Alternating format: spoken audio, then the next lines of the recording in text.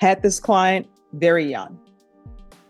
Mother wanted to be 100% in the conversations, even though I would tell them, hey, you shouldn't be in this conversation and you cannot be talking to your child about what happened. Hello. Hello, Judge. Hi, how are you doing? Doing good. Nice to meet you. All right, nice to meet you too. Right away, notice how the judge sets the tone. Calm, respectful, but firm. This isn't just small talk. It's about establishing control in the courtroom dynamic. So you're the father? I am. Okay. All right. So this is what I always tell parents. And I used to be a defense attorney, so I know how it is with parents. When parents have children, their child can be 30, their child can be 40, that's still their baby, and they want to be involved. And it's especially true when you have a child who is young, 17, 18. But here's the thing, in this world, they're all considered adults. Okay. And when they have an attorney or something, the relationship is between them and their attorney. I used to have to tell parents all the time because sometimes the parents would hire me. And I used to have to sit down with parents and say, hey, you've hired me, you're paying me, but that's the end of our relationship. You can't be a part of discussions I have with my client because guess what? If you're part, I would. This is a big one, attorney-client privilege. Once parents get involved, that legal shield disappears. And yes, mom or dad can be forced onto the witness stand. Yikes. Tell them, if you're a part of discussions I have with my client, then there's no attorney-client privilege. And you know what ends up happening with that? When there's no attorney-client privilege, guess what? You can be called as a witness. Anybody who's in that room having a conversation, it's all fair game. They can be called as a witness. And maybe sometimes there is something that maybe a client wants only their attorney to know, and they don't want other people to know. But when parents are in the room, guess what? That all goes by the wayside. And sometimes we have to let our children go and let our children be adults. So on this side of the fence, I would always tell parents, it's great. I need you to be supportive. I need you to make sure that my client, your child, is keeping their mental health great. They know that everybody is rooting for them and are a part of their team. And I would tell them, but that's where it ends. And it can't go past that because when it does, there's an issue. And let me just tell you my experience with one case I had in the past. Had this client very young. Mother wanted to be 100% in the conversations, even though I would tell them, hey, you shouldn't be in this conversation and you cannot be talking to your child about what happened because guess what? You can be called as a witness. They wouldn't listen to me. And so when it came time to do a plea bargain agreement, the parent is in the hallway, and I can tell you this because they were in the hallway shouting, so everybody heard, so it's not confidential. So they're like, I want my child to do A, B, and C. And you know, I told them, I said, that's your child's choice. Because guess what? Ouch. Here's where it hits. Judges remind parents, if your kid ends up in prison, you won't be the one doing time. That decision and its weight stays with the client. If your child chooses A, B, or C, and if something ends up happening and they end up going to prison, the judge is not going to say, you know what, your child only chose A, B, and C because of you, so we're going to let you suffer the consequences. You understand? I do. And for some reason, with attorneys, people assume that being an attorney is easy and being a doctor is so much differently. Because if you go to see a doctor and you get a second opinion and a doctor tells you, oh yeah, your child needs a heart transplant, or oh yeah, we need to take the appendix out. A parent doesn't go to that doctor and say, well, I want to look at everything and let me just tell you how I think this appendix should be taken out. The person depends on the doctor, that the doctor knows what they're doing. And that's the same case. That's the same situation with these cases. And everybody needs to understand that. Cannot be crossing lines. Does everybody understand? Understand? All right. So that's the way it's going to be. So this is what's going to end up happening. We are going to come back and we're going to come back on June 27th. Counsel, is that enough time? Yeah. Yes, Your Honor.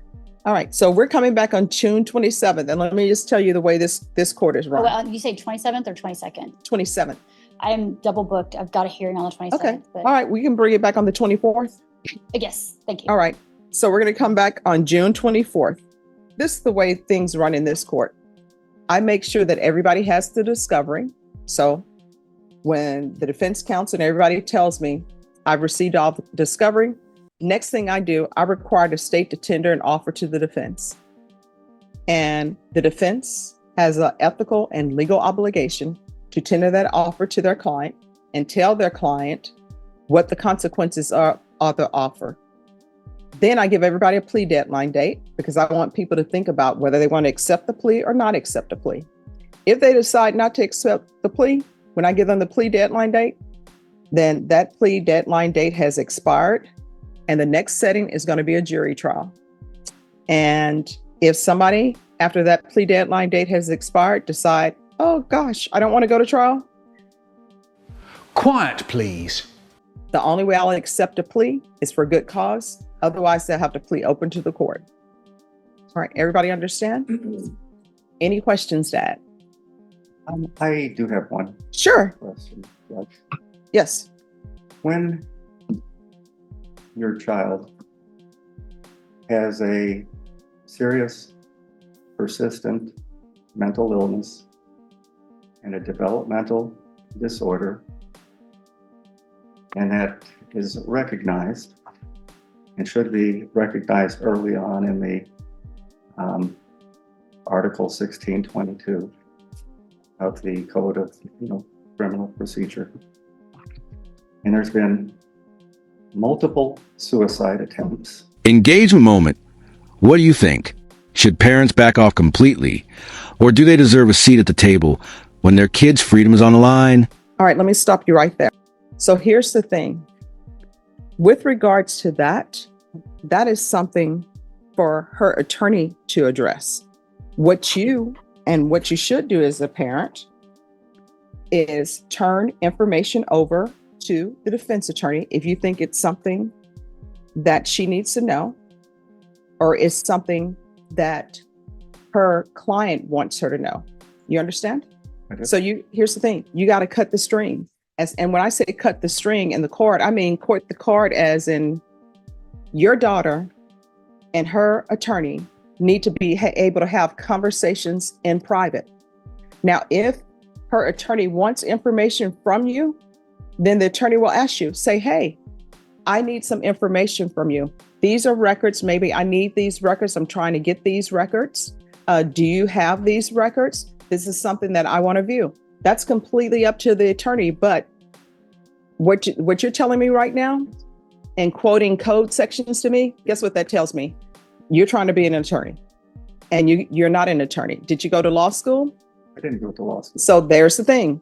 People think that they can read penal codes. They can read the Code of Criminal Procedure and that's it. And not to step on anybody's toes, but for criminal law, when you're practicing criminal law, you know what your Bible is? Your Bible for your profession is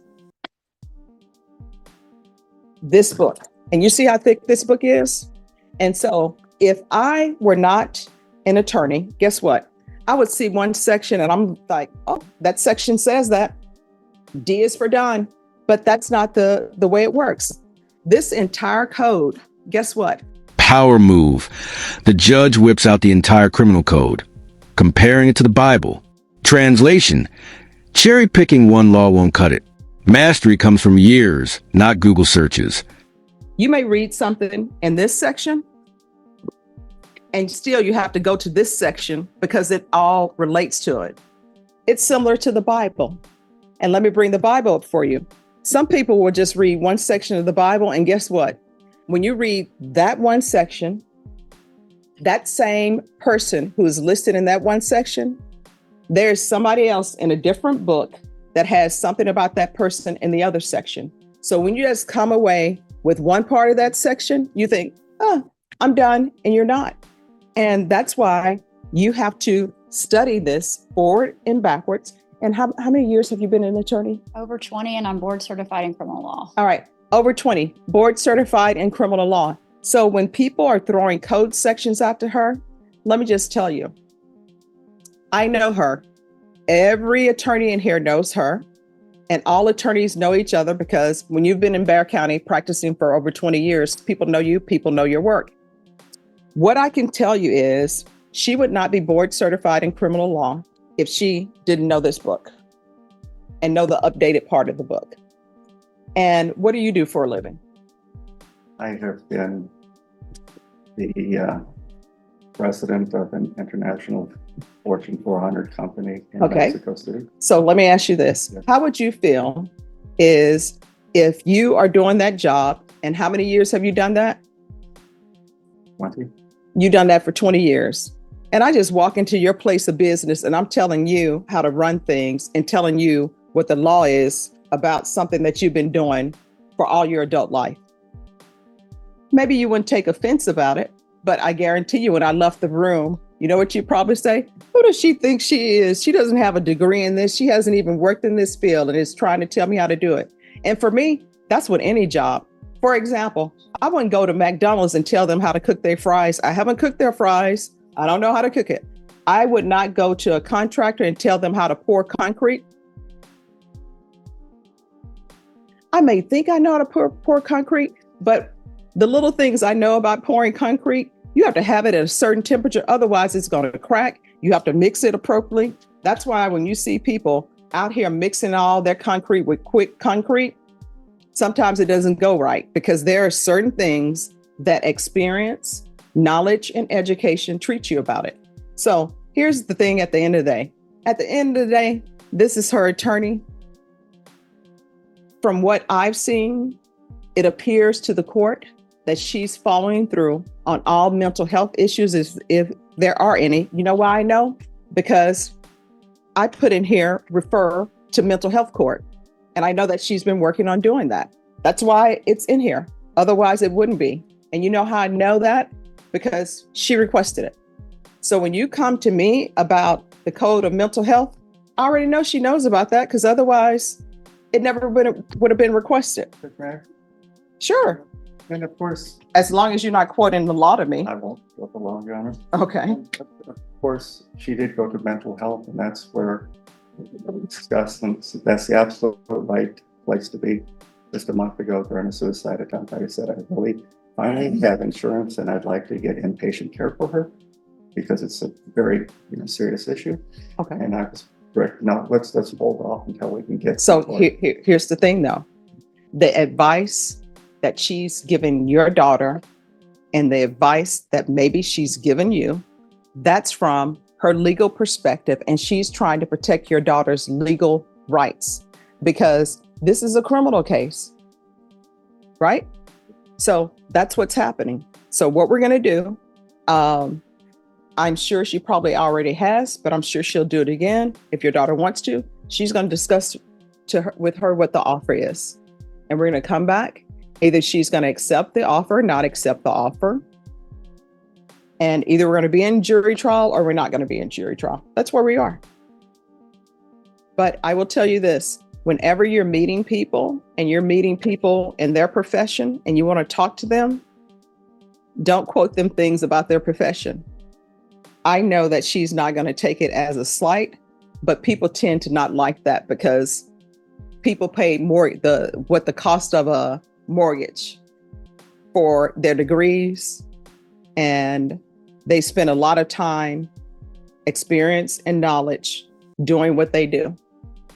And I don't know of any defense attorney who would purposely try to lead their client down the wrong path. And I've never seen her try to purposely lead her client down the wrong path. And just my experience of a judge with her, I've never had to tell her what the law is. Okay?